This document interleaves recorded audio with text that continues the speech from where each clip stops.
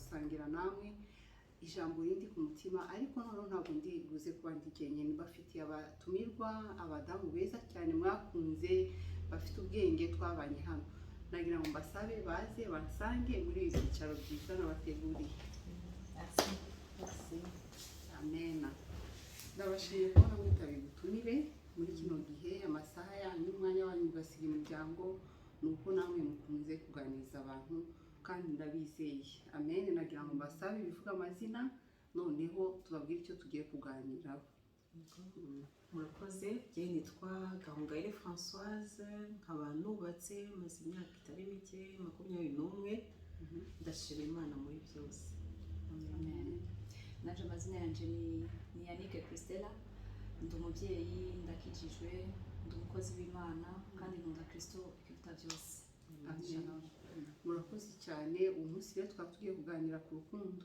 Benshi bavuga ngo mu kwezi k'urukundo, twe ntabwo twizera Valentin, ariko tuzi yuko urukundo ari Imana, kandi Yesu yaravuze ngo ukunda mugenzi wawe nkuko wikunda, ngo kandi nawe nkuko wikunda wewe hanyuma ukunde mugenzi wawe. Nibyo tegeko rikurikira nyuma yo gukunda Imana. Amen. Rero nkaba nabazaniye abadamu b'ubwenge bakunze Imana, bafite byinshi bashobora kutuganiriza, cyane cyane muri iki gihe ko naje gusanga abantu bababara kubera ibintu batashoboye guhabwa cyangwa se ibihe byabo bitagenze neza, noneho hakazamo ikibazo cyo kwitiranya urukundo n'ikitari urukundo. Nagira ngo noneho nsabe Christelle adusengere kugira ngo kino kiganiro kizagire umumaro benshi. Nakoze reka dusenge. Data, turagushimiye urukundo rwawe, tugushimiye neza yawe, tugushimiye ku rukundo rwawe ariko rwatumye utaguma ku mwana wawe w'ikinege ukamurekura mu maboko mwami Imana yabagomba kugira ngo ashitse isezerano, agasesa amaraso yo ku musaraba akagira ngo aducungure. Aho niho urukundo nyakuri rwabonekeye mwami. Turagushimiye rero kubwo umwanya mwiza ongeye kuduha kugira ngo duhure n'ababene data tuvuga ku rukundo rwawe, kugira ngo benshi bazogerwaho n'iki kiganiro, baze bumve urukundo rw'Imana rubasanga aho bari, kandi mwami icubahiro cyawe gikomeze kuboneka hagati muri twebwe. Tugushimiye kubw'iryo zina ryawe ryiza rikiza rikabohora rya Yesu, kandi mwami dushize hejuru iryo zina ryawe, nta wundi muntu n'umwe ashizwe hejuru uretse wowe gusa Yesu. Kandi dusenze twizeye ko uyu mwanya ari w'igiciro kininiya kugira ngo izina ryawe rikomeze rihabwe icubahiro. Ni mu izina ryawe rya Yesu Kristo dusenze. Amen. Amen. Haleluya. Hano rero ku mugati w'ubugingo, iyo tugiye gukora ibiganiro biba bifite intumbero y'ijambo ry'Imana, kubera ko Imana yadutumye gusangira umugati ari ryo jambo. Niyo mpamvu tugiye kubwira mama Françoise adusomere, sibyo? Urukundo buriya rudahagaze ku ijambo abantu bamarana cyangwa se abantu bashobora kugira inkundo ntibamenye ukuntu bazijera. None nagira ngo dusomere mu Abakorinto ba mbere 13 ugeze ku murongo wumva ushaka, kubera iyi chapitre yose ivuga ku rukundo. Uhereye ku murongo wa 3 haravuga ngo kandi nubwo natanga ibyanjye byose ngo ngaburira abakene ndetse nkitanga ubwanjye ngo ntwikwe, ariko singira urukundo ntacyo byamarira. Urukundo rurihangana, rukagira neza, urukundo ntirugira ishyari, urukundo ntirwirarira, ntirwihimbaza, ntirukora ibiteye isoni, ntirushaka ibyarwo, ntiruhutiraho, ntirutekereza ikibi ku bantu, ntirwishimira gukiranirwa kw'abandi, ahubwo rwishimira urukundo, rwishimira ukuri, rubabarira byose, rwizera byose, rwiringira byose, rwihanganira byose. Urukundo ntabwo ruzashira. Guhanura kuzarangizwa, no kuvuga izindi ndimi kuzagira iherezo, ubwenge nabwo buzakurwaho. Amen. Amen. Njye nafashe umwanya ndasoma rino jambo kera n'ubu ijambo riwari rishe, ariko naje gusanga harimo caractéristique cyangwa se definition y'urukundo, amagambo agera kuri 16. Aha batubwire ngo rurihangana, rwizera byose, ntirugira ishari, urukundo ntirutiraho n'ibindi byose. Ibi ngibi byatumye nibaza cyane ku rukundo. Noneho hakongeraho aho dusomeye ngo none ngo indimi zizarangira, abahanura bizashira, ariko urukundo uvuga ngo urukundo ruri eternel.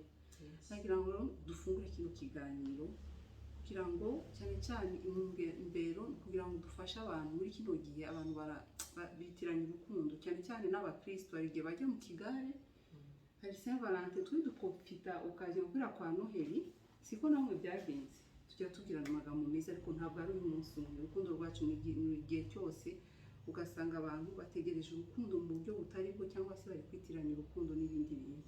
Kundi kubyo mpamvu rero nagira ngo mbakire ababyeyi beza kugira ngo tuganire nk'abakobwa beza, tugire inama umusore, umumama, couple se, kuko umwuka ari bubayobore. Murakoze. Nibaza yuko ijambo ry'Imana tubwira ku rukundo ni ikintu kuva umuntu yacumva akagisubiramo. Urukundo ni runini cyane, umuntu ashobora kurutahura mu bwenge bwe ngo ruheze.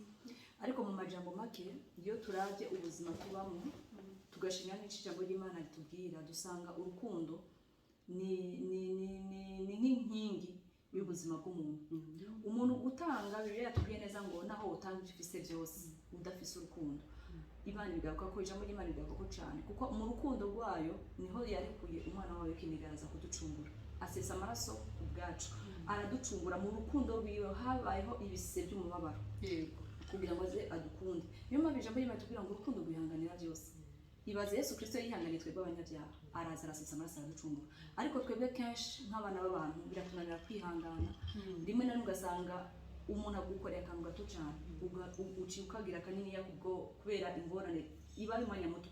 Ariko Yesu yatweretse urukundo mu bihe bigoye tutari bwamumenye, atwiyereka aciye mu rukundo. Nicyo gituma ijambo ry'Imana kenshi tubwira ngo dukundane. Si amahitamo, si uguhitamo kwacu gukundana, ni itegeko. Komandoma y'Imana ariko asoma muri Yohana batubwira ngo n'umubaroma barayivugaho kenshi ngo nimukundane uko naje nabakunze. Ariko iryo ni ijambo ry'Imana bisaba ko dusaba inkomezi za mpwemu yera rikatubamo, kuko ico kintu iyo ndakigeze ko ngo nimukundane uko naje nabakunze. Yesu yaradukunda aratwitangira ku musaraba, ariko n'ijambo ry'Imana tuvuga ngo twitangire abandi, twitangire bagenzi bacu, kuko niba mukunda uraba wikunze. Nudakunda uwo muri kumwe ntuzokunda Imana, nta n'Imana uzobuze. Nicyo gituma dusaba ku munsi gusaba inkomezi ziva ku Mana, tugasaba inkomezi ziva kuri mpwemu yera ngo zize muri twebwe zidushoboze gukunda nk'uko bikwiriye. Nico numva babasangiza. Igihe kindi numva navuga ku rukundo ni njya mvuga ngo iyo umuntu yahuye n'urukundo rwa Kristo rukakuzura umutima wawe, duhereye no ku bana b'abakobwa cyangwa se abasore. Iyo wabanje guhura na Kristo neza, ukamenya urwo rukundo rwa Kristo, ukarwakira mu mutima wawe, bizagufasha, bizanakorohera no kurutanga, cyangwa se ugiye no gushaka, bizatuma hariho ibintu byinshi bitaba big deal, niba navuga ngo bitaba ikibazo. Hari abagore benshi yirirwa riramanywa nijoro kumva ngewe ntabwo bankunda, akabaho ababaye. Wenda undi afite uburyo bwe aguha urukundo rwe, afite uburyo akumanifesta urukundo rwe, ariko we hakaba hari uburyo ubishaka, bamwe bitewe n'amafilme babona, cyangwa se hari ukuntu isi nyine yamaze kudizayininga kwerekana urukundo. Ariko mbanje kwakira rwa rukundo rwa Kristo rukanyuzura, icyambere rwa rukundo rwa Kristo runzanira kuba satisfied, ruranyura, nkumva ruranyuzuye, nkumva ndanezerewe. Noneho hazamo na rwa rukundo kubashakanye, na ka kantu gato karaza kakagira icyo gakora muri njyewe, kuko gahura na kwa kunyurwa mfite muri njyewe kubera kubona Kristo, bigatuma n'ibindi byose iyo bije mbyakirana urukundo, nkabyakira numva nezerewe. Nkagerageza kumva mugenzi wanjye uburyo bwe bwo gusobanura urukundo rwe, cyangwa se bwo gutanga urukundo rwe, kuko abantu batanga urukundo mu buryo butandukanye. Ashobora kuba ari umuntu utazi gutanga impano, ashobora kuba ari umuntu wenda utagira time, aba ari busy. Ashobora kuba ari umuntu utazi kuvuga twa tugambo twiza, akubwiriza I love you za buri munsi, ariko none wowe wicare usobanukirwe uyu muntu akomunika urukundo rwe mu buhe buryo. Ashobora kumva niba ari service aguha, akumva nibwo buryo bwe. Niba agufata akaguha care mu buryo bufatika, cyangwa se mu buryo butandukanye, akumva yaruguhaye. Noneho wa wundi warwakiriye agahora babaye, ntabwo bankunda, ntabwo ankunda, nyamara aragukunda, ahubwo we afite uburyo abyerekana. Ariko hejuru y'ibyo natangiriye kuri rwa rukundo rwa Kristo iyo rundimo biranyorohera kwakira rwa rukundo muri forme zose. Forme zose bampaye ndarwakira kubera ko first of all nabanje kunyurwa, kuko nzi abantu benshi batanyurwa, ugasanga na mugenzi we ashobora gukora ibibaho byose n'ibitabaho akabikora, ariko still agahora afite ya vide y'urukundo muri we. Rero rwa rukundo rwa Kristo iyo rutwuzuye rurabanza rukatuha kunyurwa, noneho rwa rundi ruza ari inyongera kandi ukampa no gusobanukirwa uburyo mugenzi wanjye atanga urukundo rwe. Ukiri aho hari ikiganiro mperuka gukora n'umushyitsi hano twavuze ku mvugo eshanu z'urukundo, ariko tuza gusanga hari n'izindi nyigisho zaje z'abakozi b'Imana bagiye biinspira kuri izo mvugo eshanu. Ni igitabo cyanditswe, ariko icyo dushaka kuvuga hano mu magambo make, menya mugenzi wawe. Ushobora kutajya gukora iyo research turimo kuvuga mugenzi wawe, tuvuga ni umwana wawe nawe umuvindimwe, ubamenye neza ukuntu bateye, noneho na za mbaraga za Kristo nk'uko batubwiye. Usenga Imana ikwigishe kugira ngo nawe ushobore gutanga icyo bakunda, kuko ushobora gusanga afite ukundi kuntu yumva urukundo ugasanga we ntuzi kubikora. Rero bitandukanye biriya bitabo n'inyigisho dukora, nuko Kristo aza akatwambika izindi mbaraga nk'uko Mama Françoise yabivuze, tukamenya uburyo dukunda abana bacu nubwo twaba twarakuze twarareba ahantu twakomerekejwe, twabaye rejected, ariko ugasanga Kristo akatuzanira ubwenge tukamenya gutanga ibyo tutashoboye guhabwa. Urumva itandukaniro? Bigatuma tumenya kubabarira bene wacu baradukomerekeje, bigatuma tumenya kubana n'abagabo bacu nta kindi gicapo twigeze kubona cyiza. Amen. Ngiye ko mbyumva urukundo nyarwo rero iyo rugereketsweho Kristo bidushoboza kubana n'abantu bose no kwihangana. Nubwo wamenya icyo akunda ukikorayo ukababara ugashakisha igihe bidafata, ariko hamwe n'ubwenge bw'Imana iragufasha. Siko twaganiriye ku bwenge bwo kubaka. Amen. Reka tuve mu Kristo twumvikire Ubwongereza. Numva ku rukundo iyo hagezeho teme y'urukundo jewe ndarengeko, kuko dukwiye kuba urukundo, tugatembera turi urukundo, tukabyuka turi urukundo.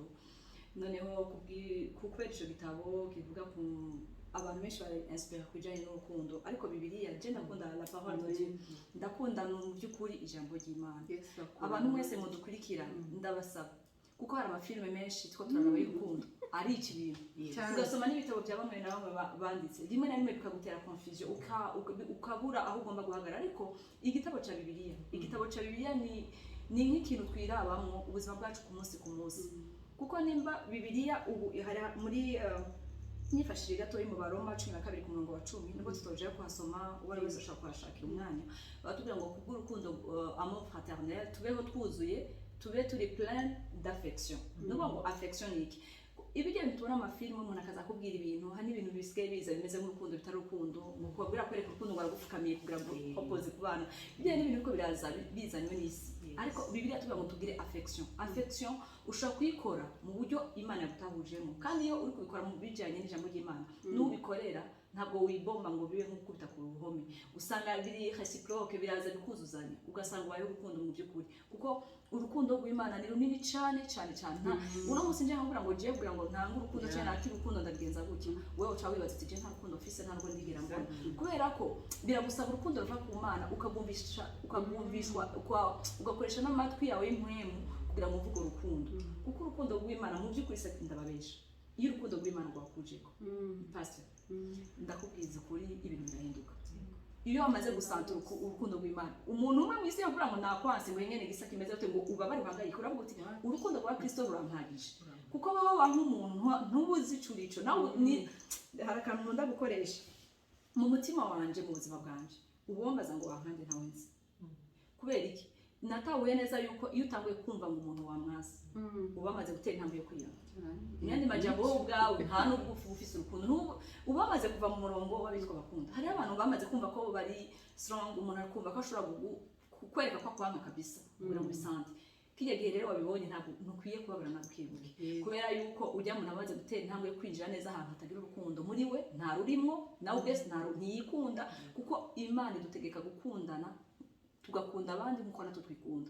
Icyo udashaka ubundi umuntu agukorera nawe ntukayikorera uwundi muntu. Umuntu yambaye oh pastor usa neza, wasokoje neza, oh uri mwiza, wambaye neza, ni compliment igutera kwikunda. Kubera iki nabikubwiye ko nanje ndumva nanje bimbwiye byonjohera, kuko sindabikubwiye kwera uburyarya, ndabikubwira ko numva urukundo ruranyuzuye. Kandi shaka umuntu Bibiliya tubwiye ngo ntirugira ishari. Iyo umuntu afite ishari ntashobora gushima icyiza cy'abandi bantu, ntashobora gushima iterambere ry'undi muntu, ntashobora gushima uwateye imbere, wabyaye, wubatse urugo, kubera ko batarabigera ko usanga byabaye ikibazo. Ariko iyo wamaze gutanga urukundo rw'Imana uhita umenya ngo umuntu niba yamaze gutera irya ntambwe naje ndi aravuyemo naje ngirankurikira. Imana yabimukoreye naje yobihora, kuko Imana n'urukundo. Source y'urukundo tuvuga ntabwo rwo je nazanye, ni Imana turuvomamo. Hatabaye Imana twe twabasha gukunda, ariko turakunda kuko twabanje gukundwa. Kristo yadukunze urukundo ruhebuje. Uyu munsi turamuvuga tutanamubonye, ariko ibya Kristo nivyo, ibya Kristo n'ukuri. Niyo bavuga ngo abarusha n'abaremerewe nimuze kwijenda baruhura, aho ni kwera urukundo. Ubu no munsi umuntu arabaye afise ama stress yaza ngo barabatireka bikareka naje diruriye muze kuduhebukira ko, ariko Kristo yavuye ngo nimuze abarusha n'abaremerewe ndabaruhura. Uwo ni wo mutima w'urukundo Kristo afise. Nashaka kubona umuntu ahangayitse, arabizi ko ari we soko y'ubuzima, ni we soko y'umunezero, ni we soko ya byose. Nico gituma ntuhangayikishe n'urukundo rwo mu isi. Isi nta rukundo ifise ubwawe, ariko urukundo nyakuri ruva kuri Kristo Yesu. Kristo urakoze cyane. Mu yandi magambo tubwiye tureke gukoresha urukundo mu bwenge bwacu. Ushaka kureba movie ukareba kwa runaka babigenze gutya, bakunda abana babo gutya, iriya kuko imeze gutya, noneho ukarwara ukaremba wabiburi wawe. Mu yandi magambo dukeneye kurengerwa n'ubufasha bw'Umwuka Wera na Yesu Kristo kugira ngo tumenye kubana n'abantu. Igihe batadukunze tuve twihagije, igihe tutahawe urukundo n'ababyeyi tumve ko Kristo ahari. Mu yandi magambo turakwinginze ugerageze Kristo. Abantu bashobora kuba bataragukunze neza cyangwa waragerageje kurubaha ntibarubone. Uyu munsi umenye neza yuko hari izindi mbaraga ziruta ibitabo wasoma. Ibitabo biraduhugura, ubuhamya bw'abantu bukadufasha, ariko wewe ku giti cyawe bimeze gute? Njye ndibuka nkikora ubukwe narakomerekaga cyane kubera amamuvi narebye. Nararebye muvi nyinshi, noneho umva ibintu bigomba kugenda gutya, nkaba ari nka semba nati nkaba nashyize ururabo ku buriri, nkaba naguze umwe yesashi, ariko nza gusanga Mana yanjye siko biri, nta n'ibyo mugenzi wanjye akunda. Noneho bityo hamwe no gusenga ko mwabivuze, nkashaka ubwenge bw'Imana, Imana ngasanga iri kunyobora bigenze gutya. Noneho ukagenda umenya mugenzi wawe. Mugenzi wawe harimo no kutaramenyana neza, ugenda wigomagoma utuntu tumwe tumwe. Ariko iyo washatse ijambo ry'Imana urekamo ibyo kubyimba byo kumara iminsi utavuga ngo ntibanjyanye muri restaurant, ngo ntibampaye gift. Ibyo byose ugenda ubikata ukazisanga umumama afite ubwenge, kubera Imana yakwigishije ukuntu uvugisha abantu n'abana bawe mbega, kugira ngo ntirimita ku mugore n'umugabo gusa. Twabonye dutangira twasomye ngo naho natanga ibyanjye byose ngo ariko ntagira urukundo, bivuze ngo hari abatanga ibyabo byose kandi batarufite. Bya bindi abakobwa bashiturwa n'abantu babaha ibintu byinshi, akavuga ngo uriya niwe unkunda, wa wundi utagira icyamuha akavuga ngo niwe uriya nta nkunda.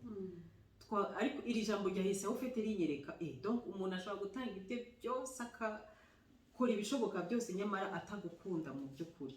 Rero ntituzamezure urukundo n'ibintu abantu baduha, kubera ko hari igihe hari n'umuntu ashobora gukora ibyo kandi ari intérêt zindi zitari urukundo, cyane cyane nko ku bana b'abakobwa ugasanga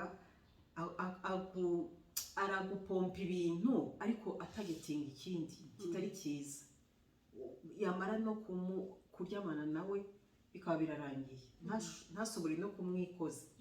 Nahise nibuka histoire ya muri Samuel wa 2:13, yari Samuel ya Amunoni na Tamari.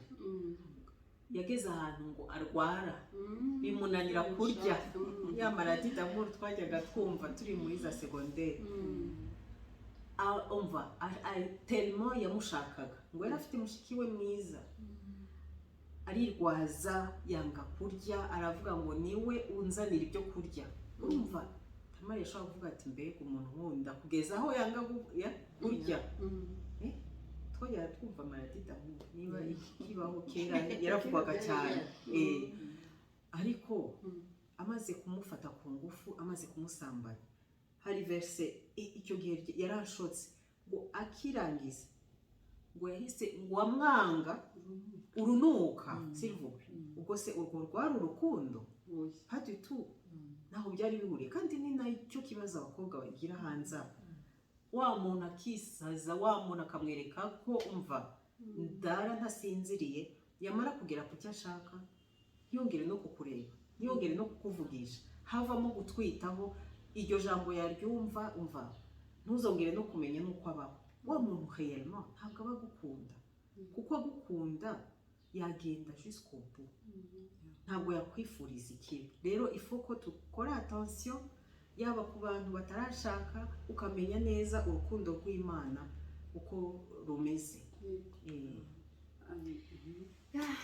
ni deba tutoheza ni deba nini gusa hari ikintu pastor yavuze numva cyamfashijemo kandi ufite icyo ngomba kwivugako yigeze kutubwira ngo iyo ufite urukundo rwa Kristo si ngombwa ko ugomba kuraba ibyo mu bundi muntu ngene babikoze n'icyo twavuze n'uko dushobora kugaruka ko urukundo rwa Kristo cyo rwamaze kuzura umenya ingene utwara urukundo rwawe n'ingene uha abandi kandi tubwira n'abadukurikiye hari igihe ubayeho mu buzima umengo burumye nta affection nta sentiment nta kumva abaho abandi batwenze ugatangazwa n'ibyo bariko baratwenga harimo ndazi reka ndeke kumubwira ko n'inshuti yanjye mugenzi wanje cyane ashaka kunyumva hari igihe umuntu ushaka kuri muri groupe abantu banezerewe bariko baratwenga bariko baratamba agaca mbaza muri byo bakora n'ibiki ngo hajye muri bya kubera iki muri we yarumye ariko icijambo ry'Imana duhamagariye no kuzura affection ntabwo ari ibintu by'abasivile cyangwa ngo bibe ibintu by'abantu bari aho affection Imana irayizi irayemera kuko niyo yatumye itugira affection iraducungura kugira ngo nimba wumva we muri wowe usa nk'umuntu wamaze kuma muri wowe wumva nta kintu kigusosera n'isukari bayine ukumva ntacyo bivuga ko urashobora kugira uturorero twiza ushobora kubona pasteur wa bijou bagati ndavye uburyo yubatse wow biraryoshe hariho byiza ashobora kumwigirako hariho byiza ashobora kuvuga ngo nabikunze ariko bitavuze ko ngomba ngo bihite bibukonye ariko iyo turashobora kugira abantu twigirako ibyiza gukunda kuko natwe mwiwe ko urukundo tuko turaba twadugiye kuri Kristo turashobora kwigira imico myiza mu bandi bantu turashobora kwica turafite abantu modo dushobora kwiga ku bintu byiza kugira ngo tugere aho Kristo dushaka ariko still tubikore twisunze ico Kristo yakoze ico Kristo atubwira ico jambo ry'Imana tubwira ku rukundo kuko twatwagwa reka mubwira ari nk'akarorero mwavuze ku byo nari nirinze kuvuga ku byo abagore n'abagabo ko nayo ni indi topic ishobora kunkoraho cyane ariko reka mubwire hari igihe umuntu yubaka umuntu mu by'ukuri akaza kudetinga wibaza ngo yamukunze ariko yapresya ni nka ndeka ndagite ngo yaprestation yakunze apparence yawe taye yawe ngene umeze cyagiye wamaze kuja mu rugo ukabyara ukabyibuha cyangwa ukunda ukanamuka ugasanga ntibikikurimo cyangwa nk'abandi umukobwa nkakunda nawe ati umugabo aje kuntora afite imodoka nziza gutya ahagaze gutya ndabishaka ndumva no mukunda ariko mu by'ukuri we wakunze urukundo rushingiye ku kintu umuntu afise ariko urukundo twe turavuga bantu b'Imana nshuti zacu bakunzi turabwira urukundo rushingiye kuri Kristo Yesu urukundo ruhagaze urukundo bien conditionnel urukundo rutavuga ngo kubera ko afise iki ndamukunda kubera ko aza kumbwira iki ndagenda ndamwitabe kubera ko kuko twosanga dukunda abo dukeneye kukwira ni kofi ariko turabahamagarira turababwira twibwira gukundana nkuko Kristo yadukunze atakindi kintu dushingiye ko atakindi kintu duhagaze kuko Kristo yadukunze turi abanyabyaha tutabereye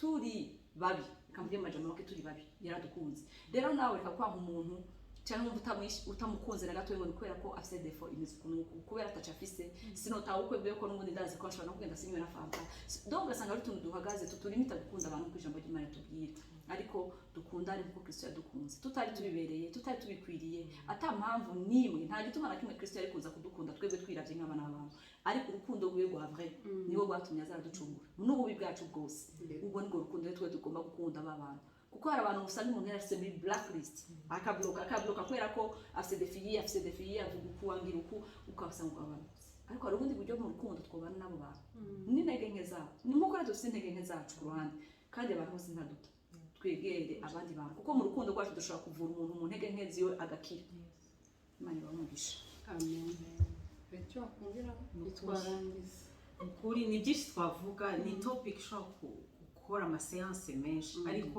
muri make twavuga ngo model parfait y'urukundo ni Kristo nitumwigiraho tukareba uburyo yadukunze tudakunditse, kuko hari abantu bitwa ngo bari antipatike badakunditse kubera ibidefo bafite.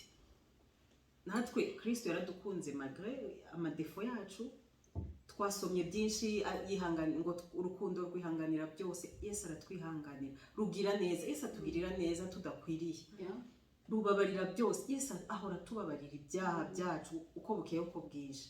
Rero niba ari we modèle parfait, rero reka tumwigireho, kandi noneho tunamufashe, tunamubwire adushoboze, kuko yatwemereye Mwuka Wera hejuru y'ibyo byose. Aravuga ngo nzabohereza umufasha, niwe uzabashoboza. Hari ibintu twe tudashoboye, hari ibintu bitari byo kwihanganirwa ushobora guhura nabyo, yaba mu rugo cyangwa mu nshuti, ariko musabe agushoboze, aguhe Mwuka Wera aza gushoboze kwihanganira bya bindi bitari byo kwihanganirwa, kuko niwe wenyine yabishobora. Twe turi abantu, hari igihe uvuga uti no no no no ça je ne peux pas, ukavuga uti ibi byo simbyihanganira, ukaba wasara. Ariko Mwuka Wera araza akaguturisha, ukumva ubibayemo kandi urabyihanganiye. Ndashimye cyane ibitekerezo mutwumvuye, natwe turimo wa mugani ntabwo twarangiza, kandi ndumva urikondanye. Niba hari ibintu twavuze muri izi point 16 twumva cyangwa mu biganiro twakoze, ni ikintu Mama Françoise arangiriye, wasaba Imana imbaraga izagushoboza byose, kuko niba ugendana na Kristo ugomba gusa na Kristo, ugatanga urukundo kandi dushoboza byose, nawe uduha imbaraga. Nagira ngo nsabe Mama Françoise asenge turangize ikiganiro cyacu, ariko mu magambo make ntabwo twarangiza, muratwihanganira. Mwami Yesu turagushima, tuguhaye icyubahiro. Data waravuze ngo kubera urukundo wakunze abari mu isi, ngo byatumye utanga umwana wawe w'ikinege kugira ngo aze aducungure. Abatari bakwiriye, abatari bakunditse, aradukunda. Turagushima kuko ari we modèle parfait. Uratwihanganira, wihanganira intege nke zacu, wihanganira ibibi byacu byose, uratubabarira. Iyo twakoze ni byinshi dukora, ariko igihe cyose uhora witeguye kutubabarira. Turaguhamagaye rero udushoboze gukunda rwa rukundo wadukunze, udushoboze urwo rukundo rushire mu mitima y'abagore n'abagabo, urwo rukundo rwawe rwuzure mu mitima ndetse y'abasore n'inkumi. Bumve urukundo rwawe rubahagije, ntibashakire urukundo aho rutari, kuko benshi bavanamo ibikomere bikomeye bikazanagira impact ku ngo zabo bazashaka. Turakwinginze urukundo rwawe rubasange aho bari, abumva bari bonyine ubasange, ubuzuza urukundo rwawe kugira ngo batarushakisha aho rudakwiriye. Mwami, reka buri wese utaramenya urukundo rwawe, turasaba mu izina ryawe umusange, ahure nawe, yuzure urukundo rwawe kugira ngo bizanamufashe, bizanamushoboze gukunda abandi no kubabarira no kwihangana. Mwuka Wera turaguhamagaye, ni wowe wenyine wadushoboza kugera ku mwuzuro ukwiriye w'urukundo rwa Kristo. Tuguhaye icyubahiro muri byose mu izina rya Yesu Kristo, amen.